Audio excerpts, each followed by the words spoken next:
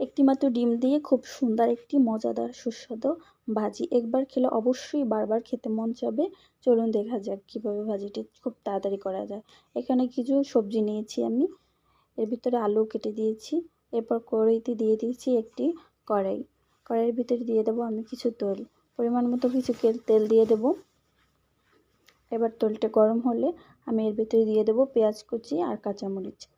পেঁয়াজ কুচি আর কাঁচামরিচটা খুব সুন্দর করে এখন আমি ভেজে নেব। এটা বাদামি কালার হয়ে আসা পর্যন্ত এটাকে আমি খুব সুন্দর করে ভেজে নেব। এখন খুব সুন্দর একটা বাদামি কালার আসছে। এখন আমি এর ভিতরে দিয়ে দেব একটি ডিম। ডিমটা এখন খুব সুন্দর করে ভেজে নিতে হবে। ডিমটা আপনারা সবজি দেওয়ার পরেও দিতে পারেন, কিন্তু এখানে গরম তেলের ভিতরে ডিমটা দিলে এটার খুব সুন্দর একটা ফ্লেভার আসে, একটা ভাজা ভাজা ডিম ভাজার একটা খুব সুন্দর একটা ঘ্রাণ আসে।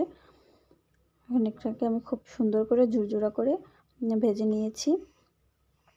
তারপরে দিয়ে দিয়েছি আমি সবজিগুলো। এখন সবজিগুলো খুব সুন্দর করে আমি ডিমের সাথে মিশিয়ে একদম উলট পালট করে খুব সুন্দর করে এটার সাথে মিশিয়ে নেব। অবশ্যই চুলার আঁচটা একদম কমে দিয়ে দেবেন, তাহলে এটা আস্তে আস্তে সিদ্ধ হয়ে যাবে, পানি দেওয়ার প্রয়োজন হবে না। এখন আমি কালারের জন্য দিয়ে দিয়েছি হালকা পরিমাণে একটু হলুদের গুঁড়া, আর দিয়ে দেব স্বাদ মতো লবণ। এখন হলুদের গুঁড়া আর লবণটাকে ভাজিটার সাথে খুব সুন্দরভাবে নেড়ে চেড়ে নেব। আর ঘেরানোর জন্য দিয়ে দিয়েছি আমি একটু হালকা ধনেপাতা। এখন এটাকে আমি খুব ভালোভাবে লাগিয়ে নেড়ে চেড়ে তারপর ঢেকে দেব।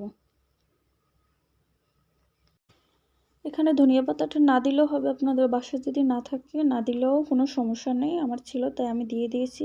এখানে মেইন হলো সবজিগুলো আর একটা ডিম। আমি মনে করি ভাজিটার মজা অনেক গুণ বাড়িয়ে দেয় এই ডিমটার কারণে।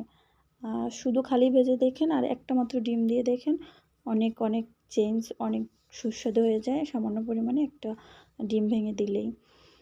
তো নেড়েচেড়ে আমি ঢেকে দিয়েছি, আর চুলার আঁচটা একদম কমেই ছিল। আমি কোনো পানি ব্যবহার করিনি।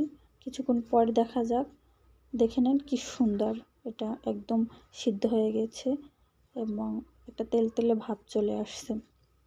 এটা অবশ্যই একটু হালকা পরিমাণে ভিজা ভিজা ভাব থাকলে কিন্তু এটা ভালো লাগবে না।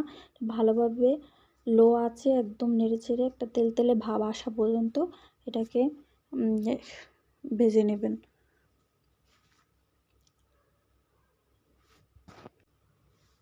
খুব অল্প সময় খুব মজাদার একটি ভাজি।